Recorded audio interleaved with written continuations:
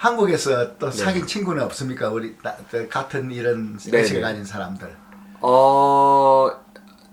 찾기가 힘들더라고요. 예. 솔직히 예, 찾기 너무 힘들었는데 네. 그때 제가 사실은 서울대학교에서 1년 동안 교환학생 왔을 때 네. 마침 정말 감사하게도 좀 약간 보수적인 성향을 갖고 있는 학생들을 많이 만났었습니다. 네. 그래서 그 친구들도 지금 많이 친하게 지내고 있고. 예. 근데 아무래도 서울대학이 모르겠습니다. 제가 청년 보수 단체 분들하고 얘기를 나눠보면 서울대가 노답이라고 하더라고요. 예. 근데 제가 다녀보니까 정말 노답이더라고요. 아주 예, 그래서 정말 국정화교과서 한창 이슈였을 때는 네. 아예 그 국정화교과서 반대하는 대자보를 붙일 수 있는 예. 그런 장소들을 아예 따로 학생회에서 만들기도 하고 네. 그리고 뭐 이 금속노조나 이 민주노총 이 사람들이 축제 때 와서 예. 아예 또 모금 행동도 합니다. 그 각 대학에서. 네, 대학 내에서 축제 때 그래서 대학에서는 죽어 가야 되는데. 네, 맞습니다. 그리고 심지어는 또 어떤 제가 수업을 들었을 때는 또 1시간 내도록 박근혜 대통령 욕만 하시고 내려가신 교수님도 계셨어요. 그런 교수도 있습니까? 네, 그런 교수도 계셨어요. 그런 걸 볼 때 네, 네. 느낀 건 어떻습니까? 너무 열이 받았습니다, 사실은.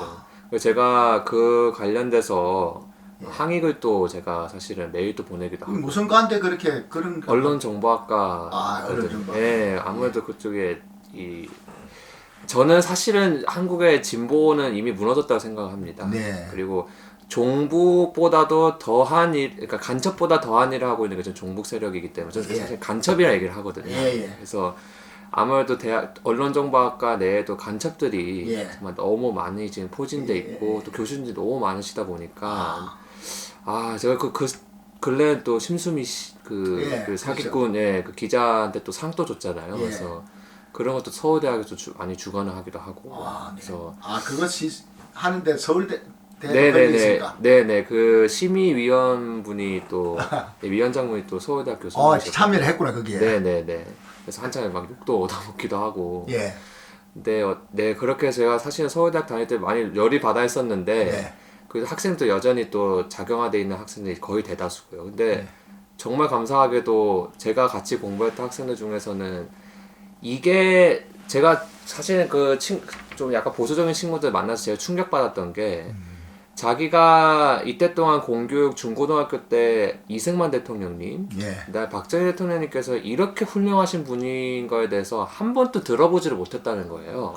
네네. 네. 그리고 자기는 이때 동안 학교에서는 못된 사람들, 아주 못됐고 철면 피고 매국노고 이런 생각들로 맨날 교육을 받아오다가 이제 학교에 근데 그런 아이들이 보면 거의 다 착하더라고요. 인성이 착해. 내 인성이 착한 아이들이 점점 이게 사태들이 심각해지고 뭔가 이 구호들이 점점 그러니까 악화되는 것들을 보면서 이건 아닌데 생각을 하게 되니까 내가 이때 동안 받았던 교육이 뭔가 잘못됐나 이렇게 생각하게 되고 근래 제가 그때 다닐 때 근래 한 2-3개월 사이에 자기가 이제 막 박정희 대통령님 그다음에 이승만 대통령님에 대한 정기를 보수적인 시각에서 많이 읽기 시작했다고 하고 그제서 깨어났다는 애들이 많이 있더라고요. 그래서 그런 아이들을 보면서 사실 조금의 희망을 좀 가지기도 했었고 그래서 지금은 와서도 그런 아이들을 만나서 학생 후배들을 만나서 계속적으로 이제 이 갑옷을 입히는 맞서 싸울 수 있도록 갑옷을 입히는 지금 그래서 전신갑주를 입히고 싶네요. 네네 맞습니다. 전신갑주를 입히고 검을 쥐어주고 방패를 또 만들어주고 이런 역할들을 지금 하고 있었어요. 아주 오늘 참 들으니까 역시 가정에서 교육이 참 무섭네요. 네 가정교육이 저는 제일 무섭다고 생각합니다. 네. 그리고 또 이 집회 좀 더 네네 적극적으로 참여하고 싶은 분야는 없습니까? 사실은 지금 2월 4일날 제가 지금 연사로 선정됐습니까? 네네 선정이 됐습니다. 그래서 2월 4일 아마 연사로 좀 쓸 것 같은데 기대됩니다. 아유 네. 그래서 전 사실은 조금 이제 애국 집회가 조금 더 한 구호로 전략적으로 좀 모여야 된다는 생각이 좀 많이 들더라고요. 조금 구체적으로 말씀해 주시죠. 저는 지금 사실 페이스북 내에서 단위에서는 좀 활동하고 있습니다. 그래서 거기서 제가 예전부터 계속 주장해오고 있던 제 소견이 저는 이제 헌재의 탄핵을 기각시키라는 이런 말을 저희가 강력하게 하기 위해서는 저희가 사실은 뭐 탄핵 뭐 기각이라는 구호를 외치는 것도 중요하지만 헌재의 탄핵을 기각할 수밖에 없는 사유를 저희가 제공을 해줘야 된다고 생각합니다. 그 근거를 네네, 근거를 설명을 해주고 또 이렇게 수많은 애국 보수 이 세력들이 이런 것들을 알고 있다고 얘기를 해야 된다고 생각하는데 저는 그 방법 중에 가장 좋은 방법 중에 하나가 지금 촛불 폭동이나 또 최순실 씨와 같은 이런 사태를 일으키고 있는 배후 세력들이 내란 선동 범죄자라는 이야기를 저희는 반드시 해야 된다 생각을 합니다. 그래서 하해되는 사람들은 정부나 이런 사람들입니다. 네, 그 특별히 간첩 국회의원들이겠죠.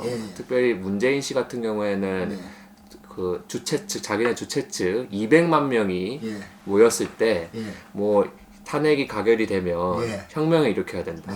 네, 자기는 진짜 보수고 가짜 보수는 모두 불태워버려야 된다. 이런 얘기를 가감하게 했기 때문에 저는 그거야말로 정말 내란 선동이라고 보거든요. 그래서 저희가 이제 헌재에는 제 개인적 소견으로는 이런 내란 선동을 저지르고 있는 내란 선동 범죄자가 이런 모든 사태 탄핵 사태의 배후에 있고 이런 내란 선동 범죄자들을 내란 선동 범죄로 정확하게 강력하게 처벌해야 된다는 목소리를 저희가 이제 한번 내야지 헌재에서도 이게 애국 보수 세력들이 이렇게 수많이 인파가 모였는데 이런 것들을 알고 있구나 이런 것들을 그래서 인식을 하시고 그래서 탄핵이라는 것 자체가 내란 선동으로 인한 허위 사실이 유포를 하고 있었구나를 좀 해야 된다고 생각합니다. 허위 사실에 근거한 네네. 그렇죠. 그래서 저는 지금 사실은 좀 그런 이야기를 2월 4일 날 좀 할 생각입니다. 그래서 좀 저는 이제 그렇게 생각하고 있어요.